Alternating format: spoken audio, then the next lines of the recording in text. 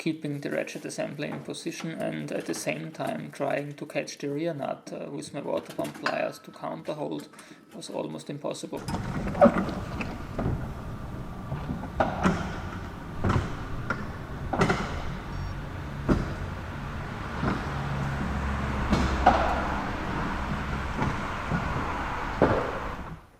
Hello everybody and welcome to day 24 of my S-Type rebuild. Not to bore you with another exhaust video, I was already working hard before shooting this intro. I moved the exhaust a little bit to the side, which was quite annoying because of the jack stands always being in the exact wrong place, and I also removed both exhaust manifolds out of the engine bay. I'm still at the beginning of a long journey. Maybe you want to join me by subscribing to this channel, and if doing so, please also ring the bell to receive a notification as soon as a new video is online.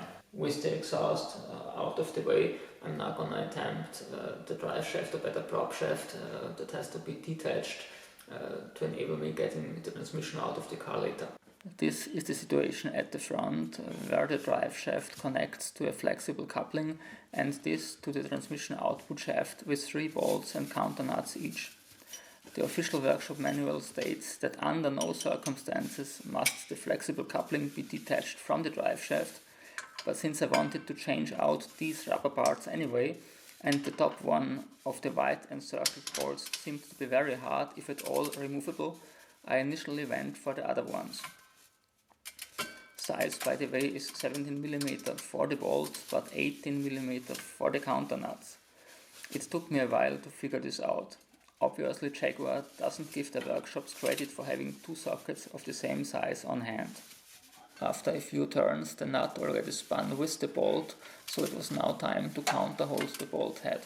Unfortunately, the flexible coupling is surrounding this bolt that close at the backside that it's impossible to get a wrench in there.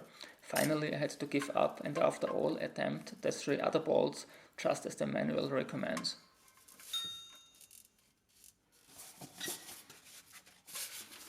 I got the first bolt started quite easily, but here also the counter holding turned out to become a problem, not due to lack of space, but of the right equipment. My wrench set came with uneven numbers only at the bigger sizes, so I had 17 and 19mm on hand, but not an 18mm hex as required here. After relaxing my brain a little bit by continuing with the second bolt, I remembered the water pump pliers, and these actually saved my day.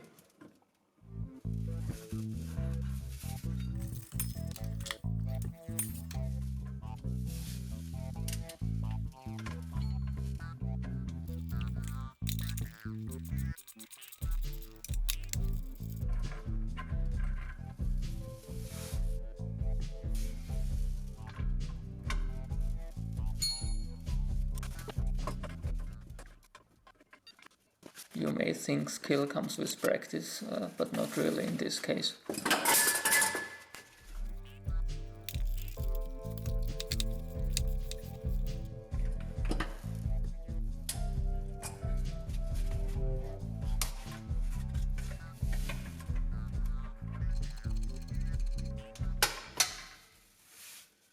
As I was already aware of at the beginning, attempting the bolt on top should be the most annoying task this day.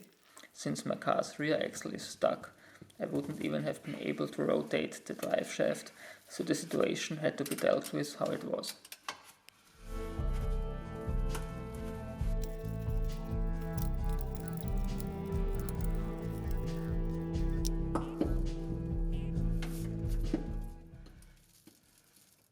Keeping the ratchet assembly in position and at the same time trying to catch the rear nut with my water pump pliers to counterhold was almost impossible.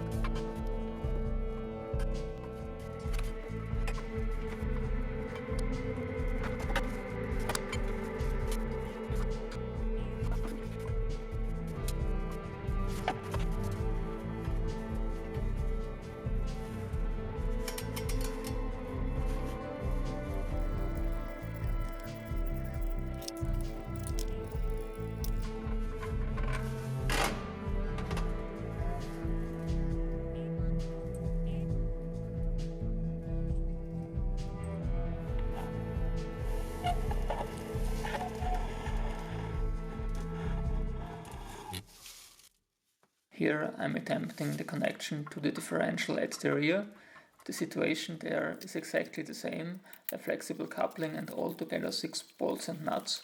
This time, just to be on the safe side, I chose the recommended ones to work on. By the way, no problems with accessibility here, but this area is far less protected from moisture, so all the bolts were pretty much corroded.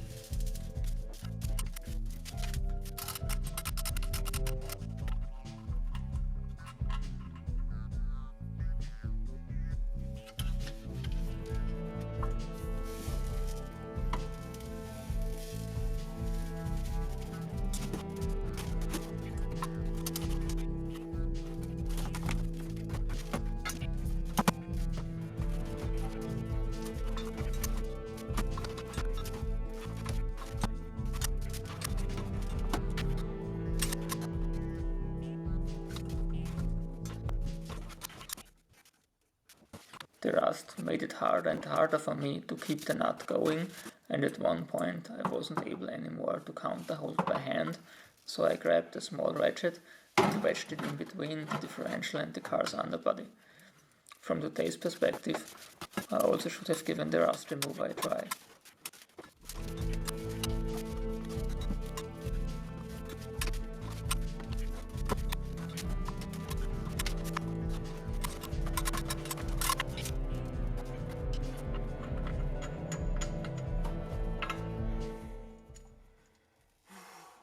It was now up to detaching the so-called center bearing right next to the universal point that connects the two halves of the drive shaft.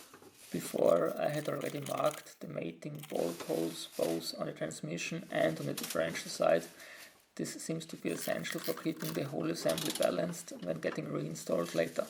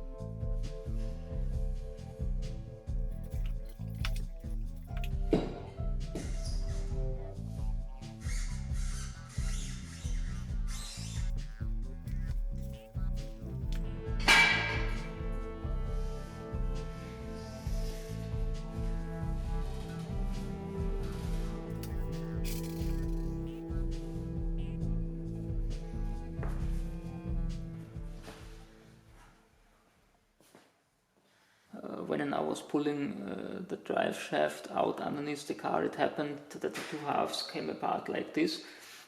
Normally this would get me into big trouble because the shaft is balanced as an assembly and has to stay together exactly this way, but no problem here.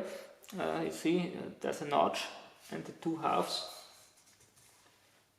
fit together only in one certain way, thanks to Jaguar. That's it already for today. Next time I will start working on the transmission. As always, if you enjoyed this video, please give it a thumbs up. See you back on my channel. Goodbye.